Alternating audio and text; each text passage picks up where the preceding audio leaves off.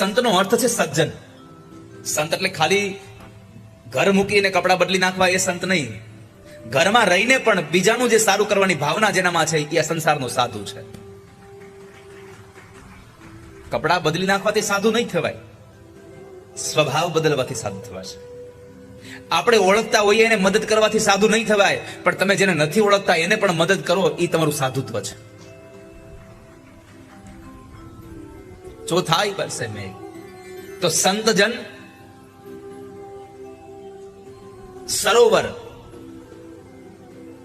પાણી જેમાં ભર્યું છે એ સરોવર પણ પરમાર્થ માટે. સરોવર પોતે પાણી નથી પીતું, એ બીજાને આપે છે. સરોવર તરુવર, આ વૃક્ષો તાપને સહન કરી, વરસાદને સહન કરી અને બીજા લોકોને ઠંડક આપે છે. ફળ આવે, બીજાને ફળ આપી દે.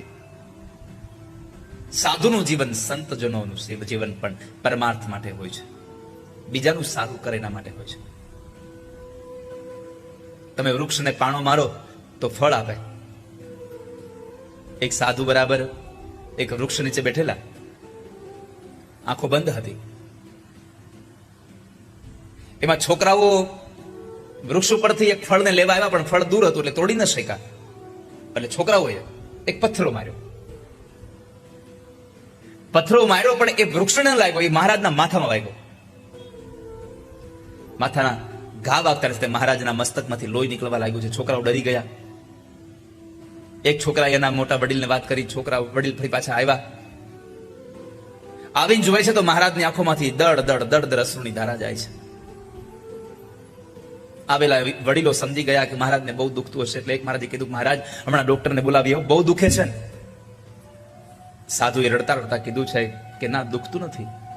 પણ તમે રડો છો ને, તો કે રડવું તો એટલા માટે આવે છે કે આ છોકરાઓ આ વૃક્ષને પથ્થરો મારે તો એ ફળ આપે.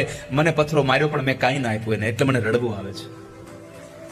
સાધુનું જીવન હંમેશા પરોપકાર માટે છે, બીજા માટે છે. સરોવર તરુવર સંતજન અને ચોથાઈ બરસે મેઘ. જ્યારે ઉપરથી આકાશમાંથી જે વરસાદ વરસે એને કોઈ હારે કઈ લેવા દેવા નથી. નાસ્તિકના ખેતરમાં વરસે ને આસ્તિકના ખેતરમાં વરસે. એવું તમે ક્યાંય સાંભળ્યું કે જે માણસ મંદિરે ન જતો એના ખેતરમાં વરસાદ જ ન થયો? વરસાદ તો બધા માટે છે.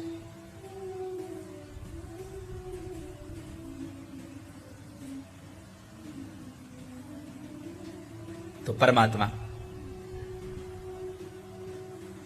સુખદેવજી ભગવાન જતા હતા ત્યારે સંતો ત્યારે વૃક્ષોએ કહ્યું કે મહારાજ એને જવા દો, એ પરમાર્થ માટે જાય છે. અને તમે જુઓ, અમારી પાસેથી થોડીક શીખ લ્યો કે જ્યારે જ્યારે અમને ફળ આવે ત્યારે ત્યારે અમે નમી જઈએ, અમે બીજાને આપી દઈએ છીએ.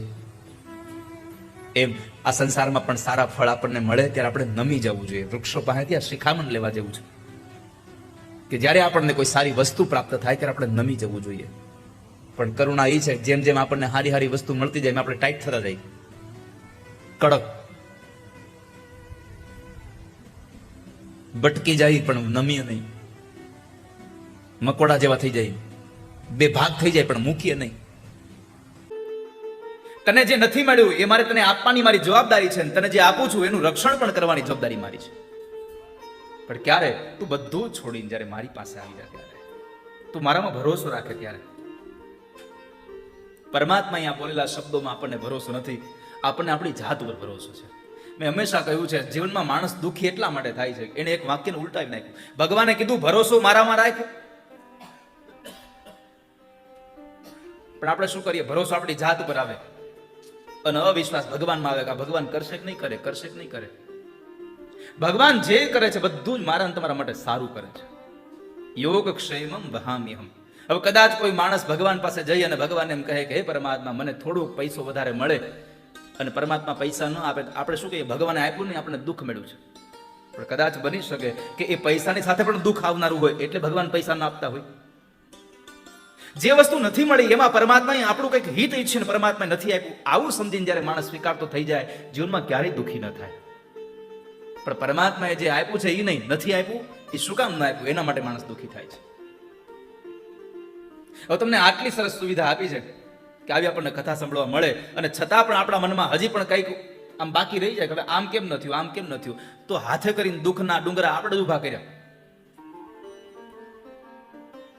જે મળ્યું છે એમાં આનંદને પામીએ તો ક્યારેય દુઃખ નહીં થાય. ભગવાને જે આપ્યું છે એમાં આપણે આનંદ પામીએ. આ શ્રીમદ ભાગવત એનું આજે આ પહેલો દિવસ એટલે મહાત્મ્ય છે. પહેલા દિવસના આ મહાત્મ્યની અંદર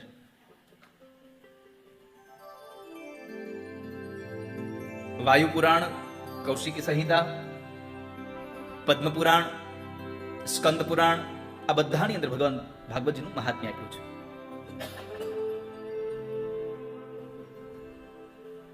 હવે આપણને થાય કે આ ભાગવતનું મહાત્મ્ય બીજા સ્કંદો, બીજા પુરાણોમાં શા માટે?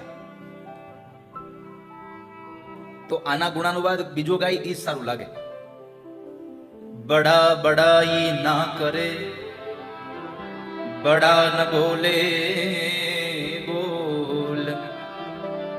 કોઈ માણસ બડાઈ હોય, પોતે મોટો થયો હોય, પોતે મોટો થઈને એમ કહે કે હું મોટો છું, હું મોટો છું, તો એની આપણને ખબર પડી જાય કે આ તો ખોટા વખાણ થાય છે. ભાગવતજી આટલું મોટું છે એનું પ્રમાણ કોણ આપે છે? અન્ય પુરાણો. હવે આ કથા પૂરી થયા પછી રાજ ને રવિ બે ઝંડો લઈને નીકળે ગામમાં કે અમે બહુ સારી કથા કરી, અમે બહુ સારી કથા કરી, તો લોકો સમજી જાય કે આ બે પોતાની ધજા લઈને નીકળ્યા છે. પણ જેટલા લોકો અહીંયા આવ્યા છે એ લોકો જયારે ઘરે જઈને પોતાના સ્નેહીજનો મળે ત્યારે કે નાના બહુ મજા આવી હો, તો સમજવાનું આપણી કથા સફળ થઈ છે વાલા, તો સમજવાનું આપણું આયોજન સંપન્ન થયું છે.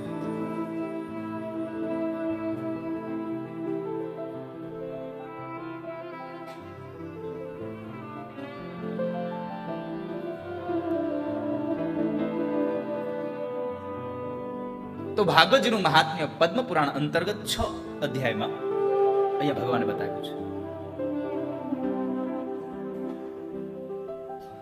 હીરો મોઢામાંથી ક્યારેય ન કહે મારા આટલા રૂપિયા થાય, એની તો કિંમત ઝવેરી કરે. એમ અહીંયા ભાગવતજીની કિંમત પદ્મ પુરાણે કરી. બડા બડાઈ ના કરે, બડા ન બોલે બોલ, હીરા મુખ સે ના કહે કે લાખ હમારા મોલ. હીરો ક્યારે મોઢામાંથી એમ ન કહે કે મારા આટલા રૂપિયા થશે. એમ ભાગવતજીની કિંમત અહીંયા ભગવાન ઠાકોરજીની કિંમત અહીંયા પદ્મ પુરાણે ગાયા વખાણ. અને એ પદ્મ પુરાણના અંતર્ગત પહેલો એ અધ્યાયનો પહેલો શ્લોક ભગવાન ઠાકોરજીને પ્રણામ કર્યા. સચ્ચિદાનંદ રૂપાય વિશ્વોત્પત્યાદિ હેતવે તાપત્રય વિનાશાય શ્રી કૃષ્ણાય વયમ નમઃ. 3 પદો આપ્યા. ભગવાનનું સ્વરૂપ બતાવ્યું, ભગવાનનું સામર્થ્ય બતાવ્યું. ભગવાનનું સ્વરૂપ કેવું છે તો કહે છે આનંદ સ્વરૂપ ભગવાન, સચ્ચિદાનંદ રૂપાય. આ દુનિયામાં સૌ લોકો સુખને ગોતવા નીકળે, મને સુખ મળે, મને સુખ મળે, મને સુખ મળે. મેં હંમેશા કથાઓમાં કહ્યું છે કે સુખને ગોતવા માટેની જરૂર નથી. જિંદગીમાં શોધવું છે તો આનંદને શોધો. પરમાત્મા પાસે માગીએ, હે પ્રભુ મને આનંદ મળે. પણ આપણે હાથે કરીને હા બીજી વસ્તુ ઊભી કરીએ છીએ. આપણે સુખ માગીએ, સુખની હારે દુઃખ મફતમાં આવે. તમે દિવસ માગો, રાત મફતમાં આવે. તમે તડકો માગો, છાંયો મફતમાં આવે. એકની સાથે એક વસ્તુ મફત મળે છે.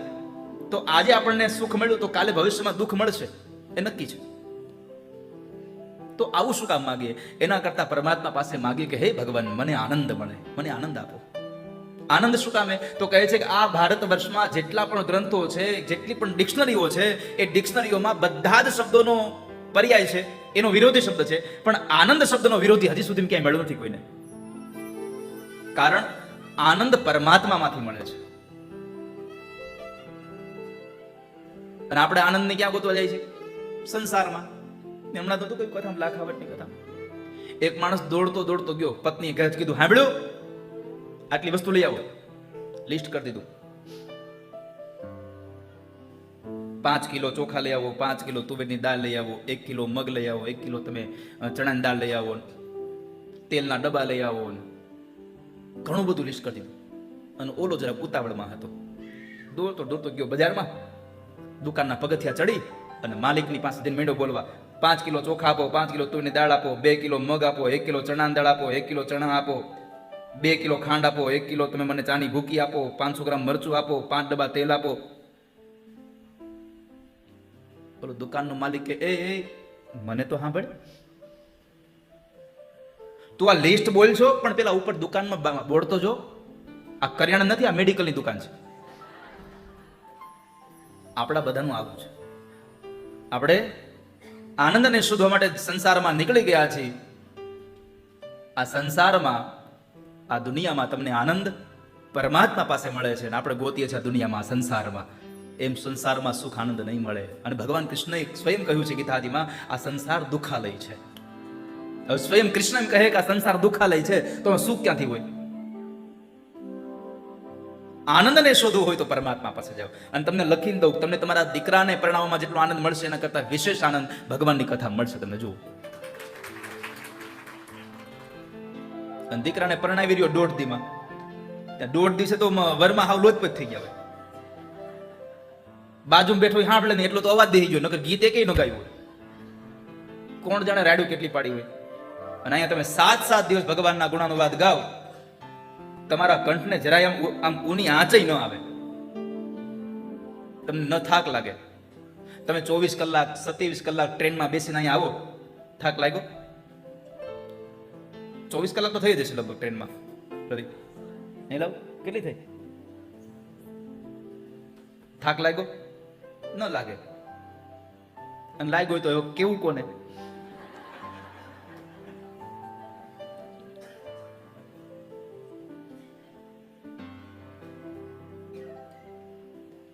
પણ ભગવાનના જ્યારે આનંદમાં જતા હોય કે અમે તો ગંગાજીમાં નવા જવાના, અમે તો ભગવાનની કથા સાંભળવા જવાના, એટલે મનનો આનંદ જ એટલો હોય, થાક ન લાગે. અને જીવનના થાકને ઉતારે એનું નામ તો ભગવાનની કથા છે. થાકને ઉલટું કરી નાખો, કથા થઈ જાય. આ કથાનો અર્થ છે જીવનનો થાક ઉતારે. તો પરમાત્મા આનંદનું સ્વરૂપ છે. બહુ સુંદર રૂપાળા દેખાય ભગવાન. પરમાત્માને વંદન કર્યા કારણ કે રૂપાળા છે, સામર્થ્ય સારું છે. વિશ્વોત્પત્યાદિ હેતુ બીજું સૂત્ર છે. આખા જગતનું નિર્માણ કરે, જગતને ચલાવે અને જગતનો વળી પાછા નાશ કરે. જુઓ, પરમાત્માને ઉત્પત્તિમાં મોહ નથી, પાલનમાં આસક્તિ નથી અને લયમાં એને કોઈ દ્વેષ નથી. ભગવાનને કોઈ હારે વાંધો નથી, કોઈની સાથે વેર નથી, છતાં પણ સમય થાય એટલે ભગવાન એને ઉપાડ લે. એનું આયુષ્ય પૂરું થઈ ગયું. તો પરમાત્માનું આ 3 કાર્ય છે અહીંયા: ઉત્પત્તિ, સ્થિતિ અને લય.